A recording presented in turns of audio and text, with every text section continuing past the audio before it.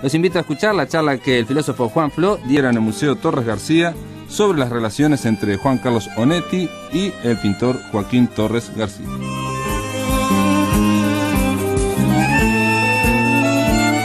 Bueno, ustedes pueden preguntarse con buenas razones si no es un artificio, en cierto modo trivial, el reunir dos figuras, probablemente dos de las figuras que tienen, al margen de toda discusión de valores, seguramente una resonancia internacional mayor, más fuerte, opinemos lo que opinemos sobre ellos, juntarlas, unirlas el mes que cumpliría años Torres y que cumpliría años Onetti, el día del cumpleaños de Torres, y en un momento en el que acaba de salir un libro con una documentación interesante que es la correspondencia de Onetti a Pairó.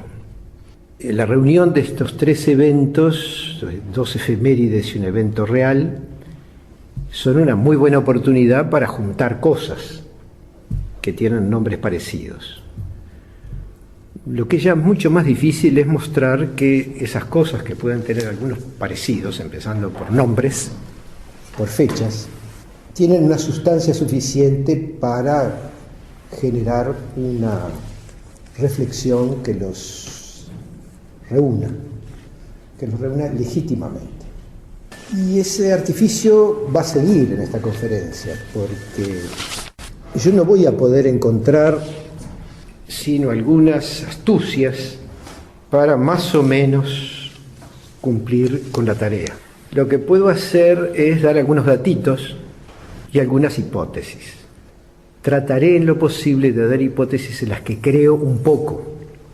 Eliminaré todas aquellas en las que no creo en absoluto, pero que algunas de ellas serían vistosas y que en algún momento las tuve anotadas por acá en estos papelitos y después me dio vergüenza y las taché. En resumidas cuentas, aceptemos que el azar también produce. Digamos que este encuentro de alguna manera azaroso de algunas fechas es una oportunidad de pronto para que haya una novedad interesante. Pero eso es siempre, o casi siempre, fruto de un azar no controlado. No puedo prometerlo. Detrás de esto, de la tentación de aceptar un tipo de tarea que a mí no me gusta nada, viene de que tengo una relación biográfica y afectiva con este tema. Un tema como que se me fue armando a mí a lo largo de décadas. Un tema que es emocionalmente biográfico. Yo no pude conocer ni a Torres ni a Onetti. Sí, estuve frente a ellos, los oí hablar, muy poco el caso de Onetti porque huía despavorido, y a Torres escondido detrás de un grupo de discípulos allá en el taller del Ateneo. A Onetti, que cada vez que entraba en la casa de Canel y de Queta Espínola, sin habérmelo presentado nunca nadie, decidió que yo era absolutamente inaceptable en el mismo aire y se retiraba escondido detrás de un diario. Sin embargo, el hecho de haber oído a Torres y haber visto huir, y me podía atribuir además la capacidad de hacer huir a Onetti, así lo leí y así se lo conté a muchos en esa época, yo entraba y Onetti salía disparando. De todas maneras son un buen punto de partida para darle motivaciones a una charla. Esas cosas pasaban por los años 46, 47 la primera, el viejo Torres, 57, 58 la segunda, el huidizo Onetti. Pero la conexión significativa y pública aparece en el año 74, cuando Quijano resuelve, en ocasión del centenario del nacimiento de Torres, resuelve publicar un librito en su colección, una de las colecciones de la publicación de Marcha, una pequeña que se llamaba Va Conmigo, en el momento en que Marcha expiraba. Más aún, ya estaba en el congelador, en ese momento había sido suspendida. Y a través de Ardao, Quijano me llamó para ver si organizábamos un libro que reuniera algunas producciones de Torres, unos cuantos artículos que había publicado allí, 2 entrevistas que me dijo que eran de Onetti a Torres, y un artículo, un lindo artículo de Eladio Dieste sobre Torres, algunas cosas más. Entre otras un artículo, una necrológica muy admirativa, emocionada, de Pairó, de Julio Pairó. Y organicé ese librito y inmediatamente, 2, 3, 4, 8 días después, fue requisado y quedaron muy pocos ejemplares. Ahí descubrí que Onetti había hecho 3 entrevistas muy interesantes porque son un diálogo recogido, seguramente manualmente, por Onetti, y que son de los textos más claros de Torres. Pues haré referencia a que la claridad y la solución de contradicciones, esas contradicciones que siempre se le acusa que Torres tuvo y que tuvo, pero que son contradicciones de un tipo especial sobre las cuales si tengo algún momento puedo referirme, están organizadas de tal manera que se vuelven no contradictorias y transparentes. Le atribuyo a las conversaciones con Onetti y le atribuyo a la reescritura que Onetti hizo de esas entrevistas el que esos textos, curiosamente, sean mucho más didácticos y aparentemente más claros y menos contradictorios que los que el propio Torres había producido y siguió produciendo luego. Un año después, Onetti publica un artículo, un muy lindo artículo, en una revista española, Mundo Hispánico, en la cual demuestra su cariño y su admiración.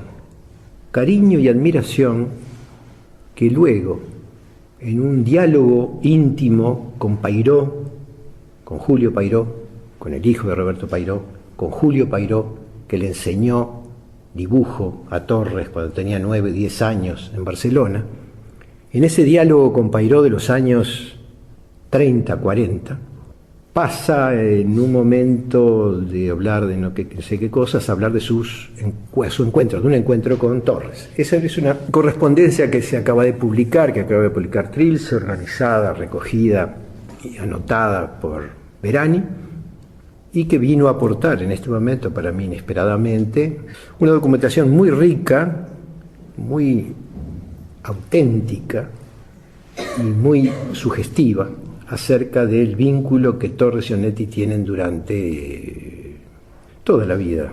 Antes de que apareciera esta publicación, trabajando aquí en el archivo del museo, hice 2 pequeñísimos descubrimientos, pero que me llenaron de alegría cuando los hice. Eran 2 datitos muy lindos. El primer datito era en una carta del año 34, de Pairó a Torres García.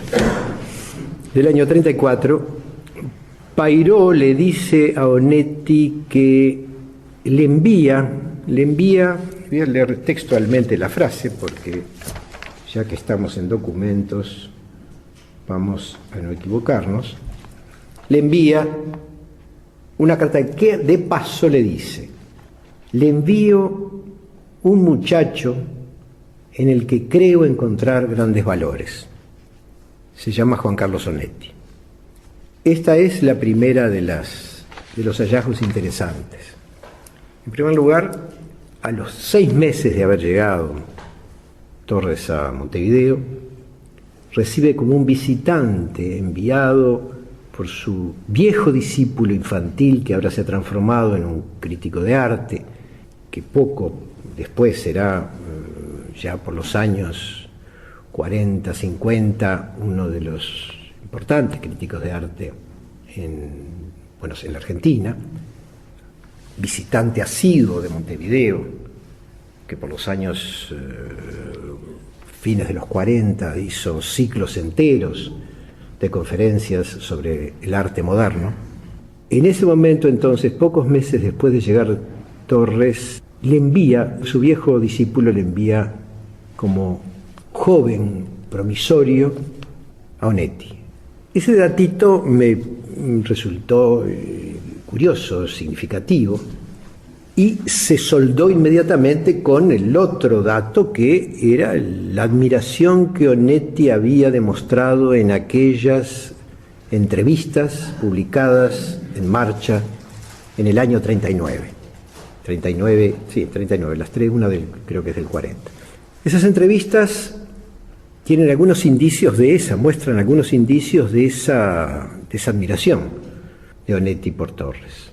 Ese vínculo en las dos direcciones, el envío de Onetti a Torres y una respuesta previa de Torres a ese envío, que es nada menos que el hecho de que 2 años después Torres le habla nuevamente de Onetti, quizá le habló antes, pero el epistolario que tenemos empieza recién en el año 37.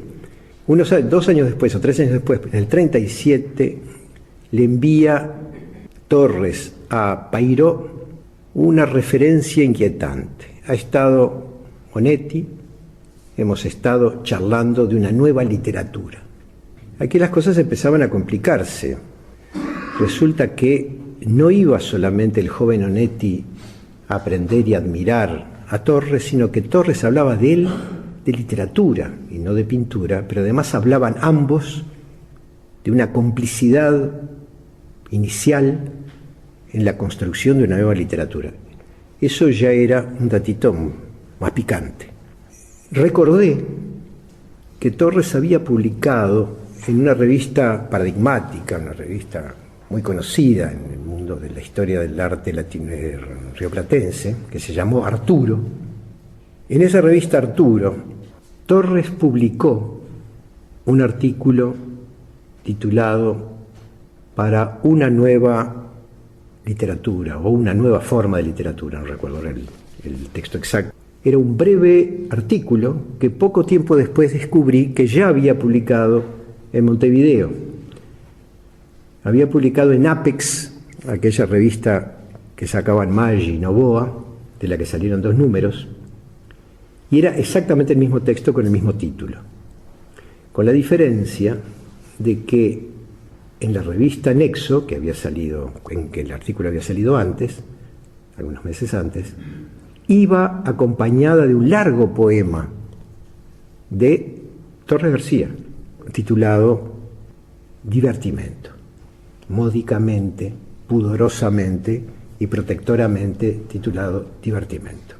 Voy a volver sobre eso. Eso me recordó que en Universalismo Constructivo Torres había publicado también otro poema titulado Calidoscopio. Con ese paquete de elementos y un poco de imaginación arriesgada, estuve tratando de entender la relación que había nacido y qué efectos podía tener y qué huellas se podían encontrar. ¿Qué había querido decir eso de una nueva literatura, etcétera? Y estuve hace un par de años escribiendo sobre eso algunas notas en las que no pude llegar a ninguna conclusión presentable. Ahora aparecieron unas decenas de cartas de Onetti a Pairó. Esa decenas de cartas agrega algunos elementos interesantes. En muchas de ellas hay referencias de Onetti a Torres, y hay una en la que después me voy a detener un momento, en la que de alguna manera Onetti construye, cosa que no aparece, que yo recuerde, en ninguno de los textos que él escribió sobre literatura, ni en los de su época juvenil, de Periquito el Aguador, ni en la gran cantidad de artículos que luego escribió, sobre todo en España, sobre los más diversos temas y algunos también con contenidos vinculados a las letras. En una de esas cartas hay lo que podríamos llamar una poética, curiosamente una poética a partir de lo que le ha enseñado, según lo dice en otra de las cartas, la pintura. A esta altura tenemos 2 elementos en consideración. En el año 37, Onetti y Torres se ponen a hablar de una nueva literatura. En el mismo año, unos meses después, Torres escribe un texto llamado Hacia una nueva literatura. En el mismo momento en el que habían hablado, con unos meses de diferencia, Onetti y Torres sobre la nueva literatura, Onetti encarta a Pairó, redacta con su estilo cargado de ironía le escribe una carta que, insisto, define una poética. Yo diría que todos los elementos con alguna sustancia que tengo para venir a hablar de esto son solamente esas cosas, son muy poquitas. Lo que inmediatamente genera son preguntas, mucho más que respuestas. Y las dos grandes preguntas primeras son: ¿qué diablos le encontraba Onetti a Torres? Que se puede explicar de alguna manera, pero tampoco tan fácil. ¿Y qué diablos le encontraba, sobre todo Torres, al joven Onetti, con el cual empieza a hablar de una nueva literatura en el año 37? Con estas dos cosas no se puede hacer mucho, pero por lo pronto se puede empezar por inventar dos hipótesis. Una para la afinidad de Torres con Onetti y el otro con la otra pregunta, que sería la afinidad de Onetti con Torres. La afinidad de Onetti con Torres está documentada por su nueva correspondencia. Si nosotros hojeamos estas cartas vamos a encontrar diversas formulaciones que anoté. Uno, me da rabia y envidia la fe loca que tiene Torres. Me da rabia y envidia. O en una carta. En otra dice: esa honrosa forma de estar loco que tiene Torres. En otra carta dice: hay algo de Quijote en él. Y en otra carta siguiente a Pairó le dice: bueno, hablé no demasiado en serio sobre eso del americanismo, cosa que está mal, porque en realidad es una cosa que me estoy tomando en serio. No la tengo por qué tomar en broma.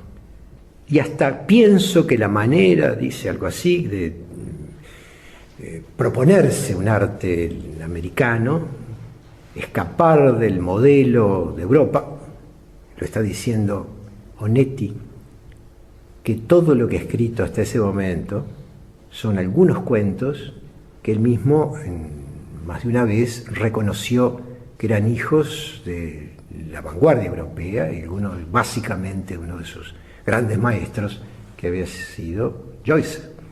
El Onetti europeo, el Onetti que se había alejado de lo que él sentía como la mediocridad del mundo literario y del mundo cultural uruguayo, notable sensibilidad y notable capacidad de poder despreciar con seguridad sobre sí mismo para quien no había podido sino terminar primaria, no terminó el primer año de liceo, una enseñanza para el Instituto Normal y el Instituto de Profesores acerca de cuál es el vivero de los talentos uruguayos. El otro, que tampoco terminó primaria, pero porque no la empezó, porque nunca hizo un estudio regular ni de primer año, es Torres García.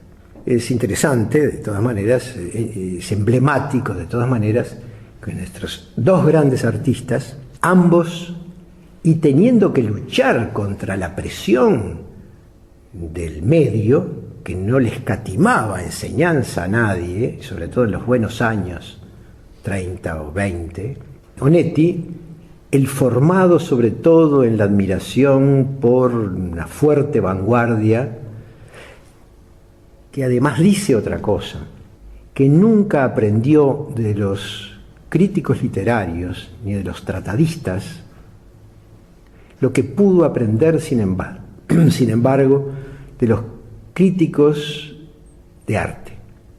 Extrañísima afirmación sobre la que también, si tengo tiempo, quisiera detenerme después un momento.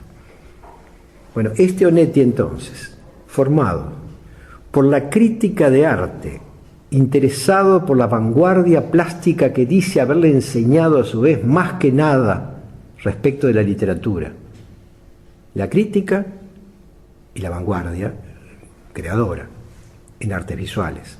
Este Onetti, curiosamente, es el que le sirve a Torres y que acepta este extraño personaje, joven y evidentemente irrespetuoso, para pergeñar con su ayuda entre ambos, y no se sabe cómo, una nueva literatura.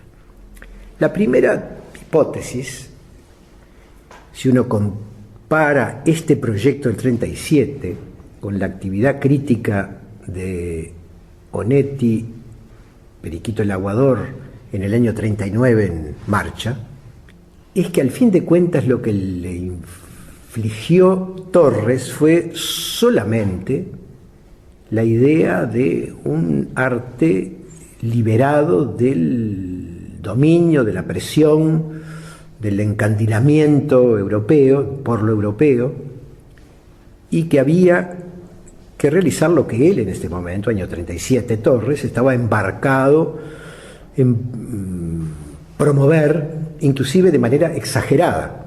Allá por los años 43, 44, Torres se arrepiente de haberle dado el énfasis que le da al modelo del arte precolombino como un elemento a promover en el arte latinoamericano.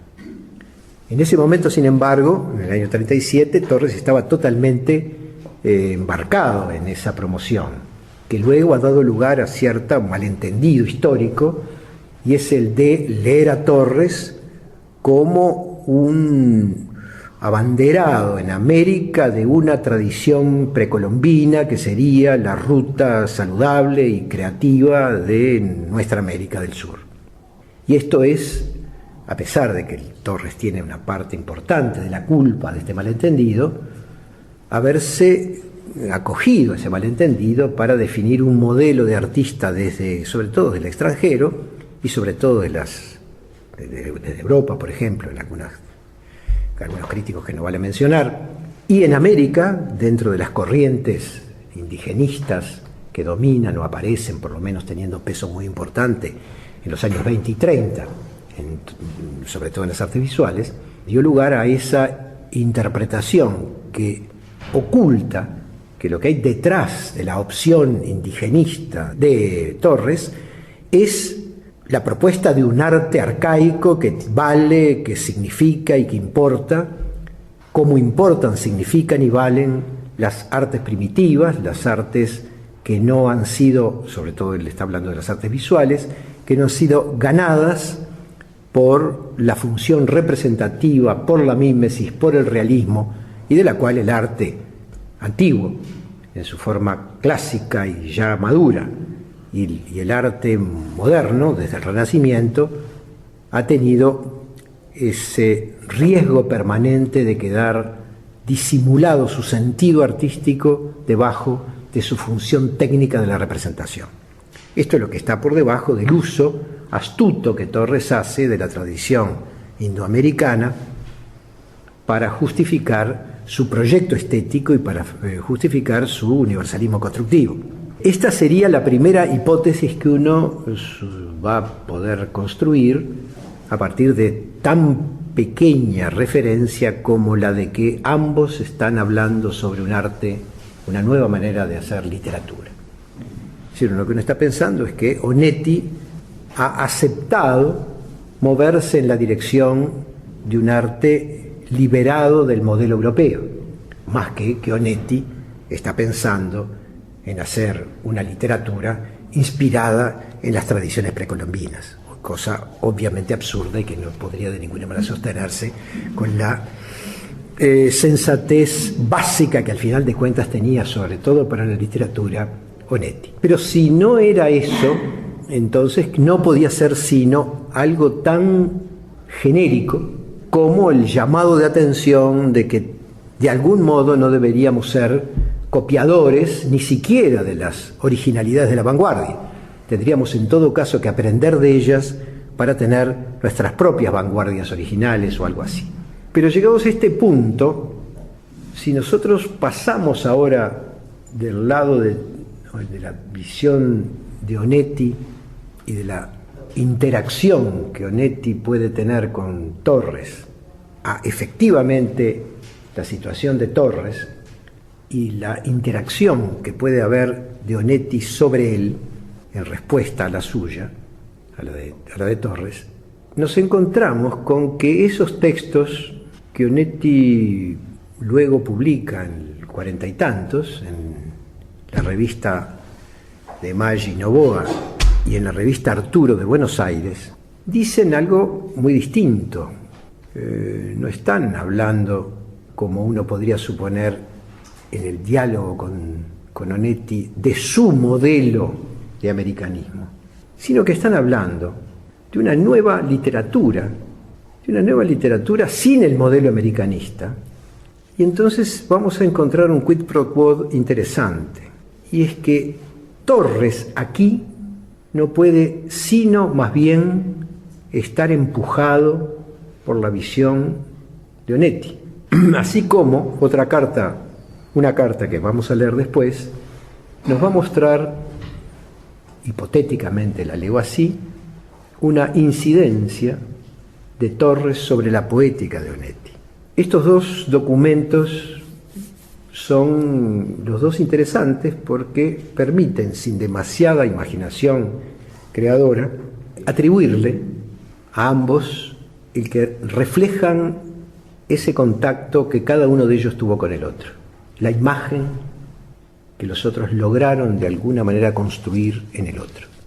¿Qué dice el texto, el breve texto de Torres, titulado Una nueva literatura, o Hacia una nueva literatura, que aparece acompañado de un poema suyo en Nexo y que aparece solito en Arturo? Dice básicamente lo siguiente: tenemos que liberarnos de los patrones, de los aprendizajes, y si queremos hacer una nueva literatura, es necesario que trabajemos sobre la base de la espontaneidad.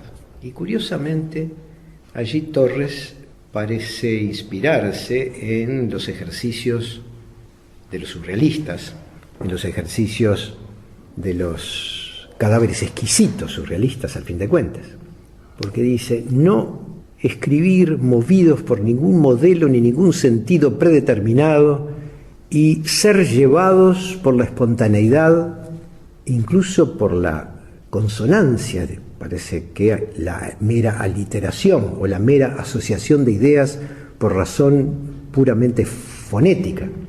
Y luego de esto, luego de conseguir nuestro tono de esta manera, una especie de tratamiento de abreacción, habría dicho Freud en sus primeros lenguajes, de un tratamiento de apertura del inconsciente para que el lenguaje, moviéndose por mecanismos espontáneos, ignorados y no controlados por mí, se exprese y de esa manera me esté descubriendo. Una especie de iniciación psicoanalítica para encontrar la autenticidad, recién después volver a la construcción, ahora sí, y entonces lo que nos importa mucho menos que las relaciones de sentido son la capacidad que tienen esos elementos de estructurarse y de tener una forma. Esa es la teoría. Cuando esa teoría va acompañada de la práctica poética, el resultado es lamentable. Supongamos que efectivamente Torres se hizo ese autoapertura del inconsciente lingüístico de modo que se derrame sin plan y que luego, no se sabe cómo porque eso no lo dice, contiene o explota las posibilidades que eso le abrió para con esos ladrillos, digamos así, construir precisamente una estructura. No se puede seguir la huella de ese logro y yo sospecho que haya efectivamente detrás de ese malogro haya la aplicación del procedimiento. Creo que fueron dos cosas distintas, creo que escribió en algún momento esa doctrina de la originalidad personal del creador literario y luego pudo hacer lo que pudo hacer con sus recursos que no eran precisamente los de un poeta. Es curioso de todas maneras que lo haya publicado 2 veces. Es de todas maneras significativo que en la segunda le haya amputado el poema. Curiosamente, a su vez, vamos a encontrar un poema publicado en el Universalismo Constructivo. uno de los últimos artículos del universalismo, que se llama, sí, ese se llama Calidoscopio. En Calidoscopio, que está presidido también por un artículo, termina un largo poema de 3 o 4 páginas, porque Torres cuando se ponía, se ponía. Entonces, en sus primeros ensayos de la vejez, porque que se sepa, yo no he encontrado ningún residuo mínimo de intento poético, aquí, en un largo poema que ocupa varias páginas, 3 o 4 páginas, termina, curiosamente, haciendo la mimesis en poesía de una estructura, pero no en estructura. Termina el poema, o 2 o 3 líneas antes de terminar el poema, con 3 versos que dicen: 3 cubos blancos, 3 sonidos, 3 palabras. Esto tiene algo que ver con una de las estructuras que Torres haría cuando juega con formas, cuando juega con rectángulos, y ya inclusive aparece el cubo para que no perdamos la referencia. Pero eso, vuelto texto, es una mimesis verbal de algo imaginado como estructura real. Es decir, que es doblemente insuficiente. En primer lugar, porque no llega a ser una estructura literaria, y 2, porque como literario o como plástico, nada menos que contradice el principio de no ser dominado por la mimesis en el arte. Y ahí es la mimesis la que consigue fabricar algo que para el ojo, oído, o no importa qué sentido desprevenido, podría pasar por un intento de aproximarse a la literatura. Torres no logra sacar ningún jugo de esas conversaciones con Onetti, eso está claro. Y esa idea de una nueva literatura, por lo tanto, no era, como yo supuse cuando encontré ese texto en la correspondencia, un esfuerzo para discutir solamente el carácter genuino, el carácter auténtico, el carácter no copiado de nuestras artes, literatura o poesía o novela o lo que fuese, latinoamericanas. No, en Torres iba más allá, iba en la posibilidad de aplicar su doctrina constructivista también a la literatura. Ahora voy a leer primero la cartita 20 del 30 de agosto del 38. Dice Onetti, hablándole a Pairó: yo creo que usted cree que hay una zona en el espíritu, pongamos, que se llama arte, y que no es la realidad. Una zona donde el hombre alcanza a tocar el misterio, el infinito, Dios, el cosmos, la esencia, el alma de la creación. Curiosamente, hay varias de estas palabras que corresponden a términos que la filosofía estética y la concepción general de Torres utilizan muy frecuentemente. El infinito, Dios, el cosmos, la esencia. Lo curioso de esto es que Onetti le atribuye esas ideas no a Torres, sino que se las atribuye a Pairó. Pairó, que en ese mismo momento, en sus cartas con Torres, es sumamente renuente a la doctrina torregarciana, que le demuestra a su ex maestro su admiración ilimitada, que le demuestra y le confiesa su imposibilidad de discutirle de igual a igual, que respeta enormemente sus ideas, pero que no las comparte. Onetti, que tiene con Pairó una ya a esta altura larga amistad de varios años, y que lo trató no solamente como ahora por carta, sino que tuvo con él un trato personal importante en el primer periodo en que estuvo Onetti en Buenos Aires, hasta el punto de que justamente es en ese momento, cuando él se vuelve a Montevideo, que Torres recibe la carta de Pairó diciéndole que se lo envía a este joven promisorio. Entonces, curiosamente, le atribuye a Pairó el pensamiento de Torres. Puede ser un chiste, Onetti puede hacer esos chistes, pueden ser lo suficientemente largos como toda una carta. Sin embargo, sospecho que a esa altura Pairó ha empezado a ser digerido por Torres García. Es decir, que Pairó ha empezado a ser convencido por Torres García. Y si uno piensa en el artículo publicado en el 41, un artículo sumamente elogioso, si uno tiene en cuenta el artículo escrito por Pairó en el año de la muerte de Torres García, ve que la admiración controlada que Pairó tenía sobre Torres en los primeros años de la llegada de Torres a Montevideo ha desaparecido totalmente. Así que Pairó ha terminado en cierta medida por ser progresivamente convencido hasta cierto punto por Torres. ¿Y qué es propuesta sustitutiva a esa concepción que él le atribuye a Pairó y que de alguna manera él le oyó también a Torres? Si es que no se lo oyó solo a Torres, pero ahora se la pasa al otro. Y pasando entonces a su estilo epistolar, dice: el alma de la creación, allá en los cielos, y en la cosa más humilde y doméstica. ¿Usted cree que una foto de John Hay, está refiriéndose al whisky, acepto sustitución de marca, dice entre paréntesis, ¿cree usted que la foto de John Hay en un hermoso aviso de Atlántida, la revista, con la botella cuadrada y la dama fumadora, no es una obra de arte? ¿Acaso porque allí se trata de la realidad botella y la realidad señora? Pero Monsieur Matisse pinta botella y dama.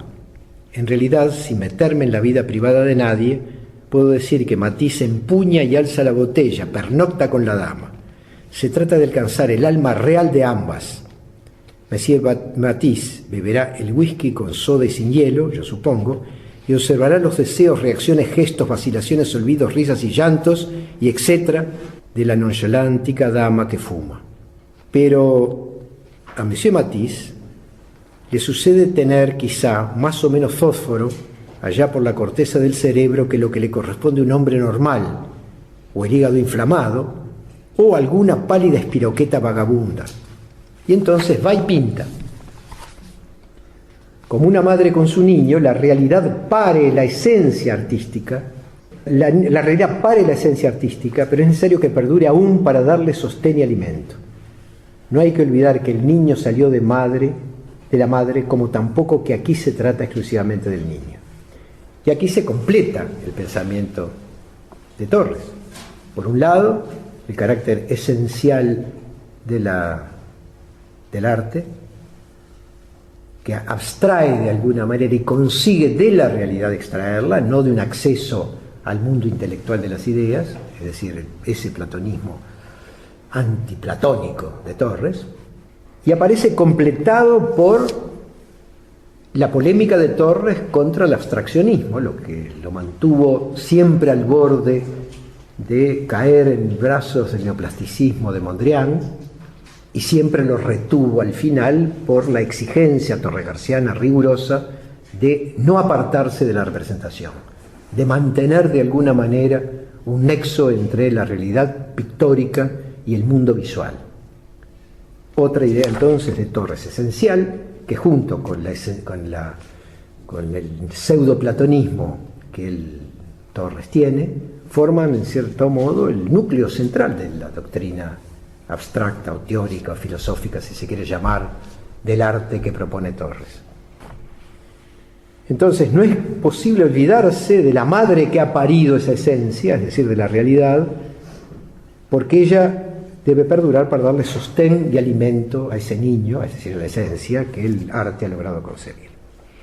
Supongamos ahora que hay alguno feliz poseedor también de una espiroqueta errática y clorótica, es decir, alguno que además de salir con la señora y pintar no sé qué cosa, la taza, movido por la espiroqueta, lo intenta pintar, intenta ser un artista. Si hay alguno que tiene esa misma enfermedad del pintor, de Matisse, de quien fuere, pero ahora resulta que es poeta o es narrador, si no ama especialmente las formas y los colores, este estará en el mundo, lo sufre, y ese es su tema. Escribe. ¿Por qué no exige usted en este caso un arte poético? ¿Por qué no exige que el tema sea la esencia artística del tema real como antes y que la obra literaria suceda en la zona del arte, afuera y arriba de la realidad? Se nota que Onetti está dificultando encontrar en la actitud que el crítico de arte tiene para el arte y que le ha atribuido básicamente el pensamiento de Torres, que adopte la misma actitud respecto de la literatura. Hay 5 meses de diferencia entre esta carta y aquella referencia que hizo Torres a Peiró diciendo que estuvo Onetti en su casa hablando de una nueva literatura. Claro, acá el lío está en que para Torres la cosa está solucionada porque la esencia de la pintura, que al fin de cuentas extrae una esencia de la realidad, es el mundo estructurado, organizado, ordenado y medido. Hay una manera que Torres propone, defiende, de identificar la aprehensión de lo esencial por las artes visuales. Pero ¿cuál es la aprehensión de lo esencial por la narración? Torres agarró para el lado de luchar con lo imposible y hacer la mimesis de la estructura, el cubo blanco, la palabra, el no sé qué. Más astutamente, Onetti lo que hace es hablar de una esencia artística. En tanto que para Torres lo esencial de lo artístico es la capacidad de atrapar en la trama de una ley, de un orden, de una estructura y de un ritmo. La vaguedad amorfa de lo real. Para Onetti la cosa es más sencilla, porque en lugar de señalar en dónde que está ese orden, esa estructura o esa esencia, dice que lo que tenemos que conseguir en la literatura es una esencia artística. Es decir, que hay algo que la literatura consigue, que algo tiene que ver con la realidad, que puede haber sido parida por la realidad, que el artista tiene que haberla conseguido de alguna manera, pero vaya a saber cuál es. Es decir, el artista es el que está encargado de presentarla. No la puedo definir. No lo dice así, pero es así. Torres tenía 2 andariveles para andar por este camino. Tenía el andarivel de lo universal y el andarivel de lo personal genialmente artístico de el gran artista. Mientras que todos pueden hacer arte constructivo si usan el compás. Solo algunos podrán hacer un gran arte constructivo y además, de paso, algunas otras cosas que no son arte constructivo, como es una pintura representativa, una pintura que se mantiene capaz de vínculo con el nene que ha parido la realidad, en el lenguaje con el que Onetti acaba de hablar de esto en el terreno de su estilo. Como Onetti no tiene esa doctrina cósmica, esa metafísica, Onetti deja en el secreto el milagro de lo esencial artístico. Y también lo deja al final en el secreto el propio Torres, porque lo que es de uso universal es lo universal. Los ritmos, las estructuras, todos las pueden hacer si siguen la regla, si siguen el conocimiento que el oído le permite al músico. Todos pueden conseguir consonancias tonales. Todos pueden conseguir algunas cosas que son simplemente la ley. Y solamente algunos pueden hacer esas obras excepcionales que descubren nuevos modos de utilizar las leyes, que abren posibilidades de relaciones inéditas, etcétera, etcétera. Creo que hasta aquí seguimos de acuerdo. Se trataba, pues, de pintar, descubrir o crear. Nunca se aclarará esto, y por suerte, la esencia artística de un tema cualquiera. El arte consiste en conseguir que la realidad, gracias a la actividad obstétrica del artista, logre por fin parir la esencia de lo real. Pero nunca sabremos qué es eso. Arrégleselas cada uno con su talento. Torres, insisto, tenía una doctrina que enseñar, que preparaba para esta actividad obstétrica. Esa doctrina era la doctrina constructiva, era la medida, era la regla, etcétera, etcétera, etcétera. Hay otro aspecto. No, yo quería hablar de otra cosa, y era de las cosas que volvían improbable que estos dos tipos tuvieran algo que ver.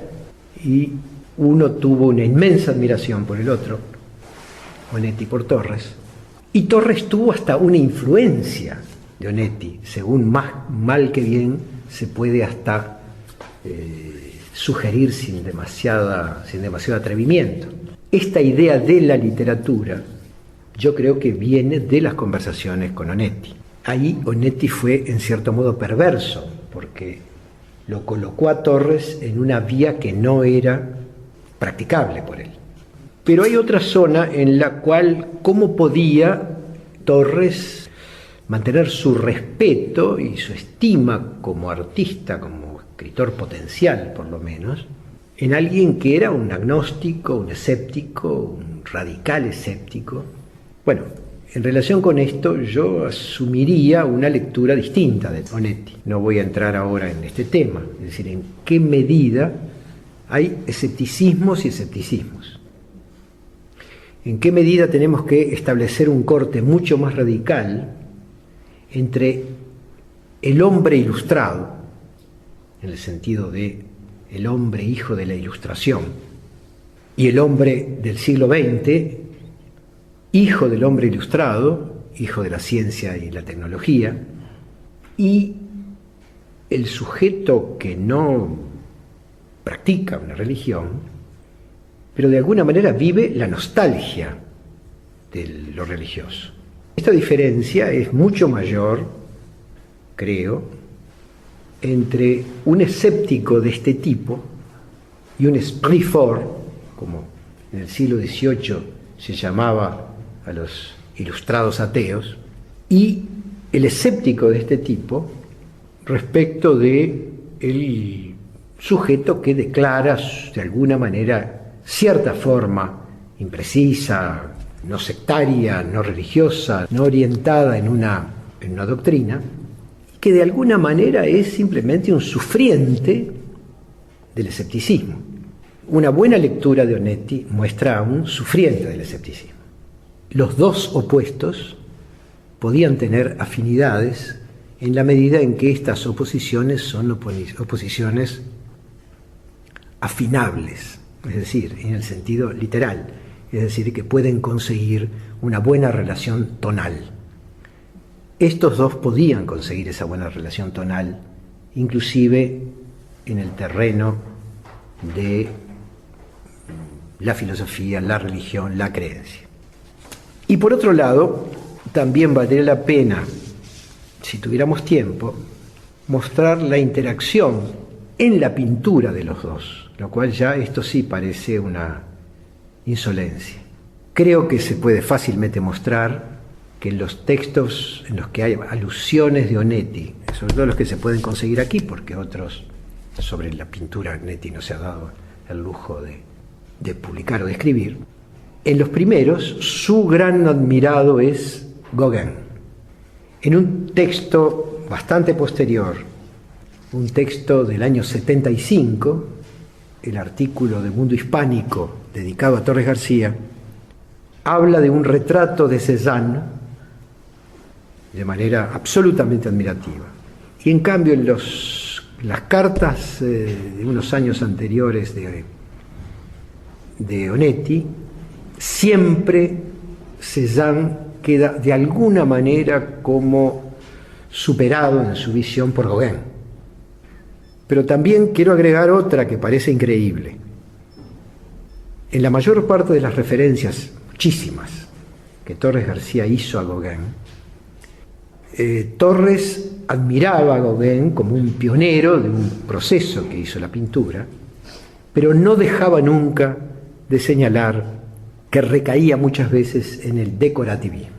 En el decorativismo, es decir, que no tenía una solidez estructural, que tenía esa cosa fácil de la línea elegante.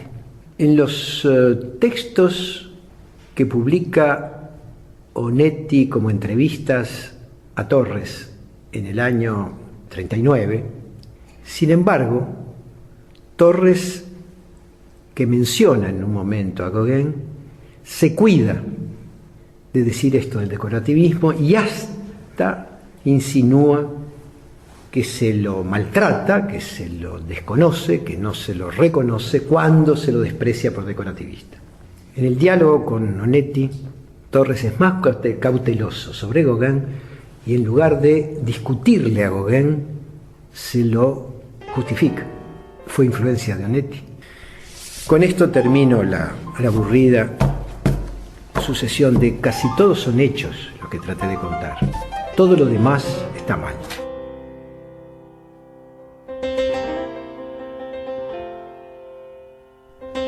Eso ha sido todo por hoy. Los esperamos la semana que viene.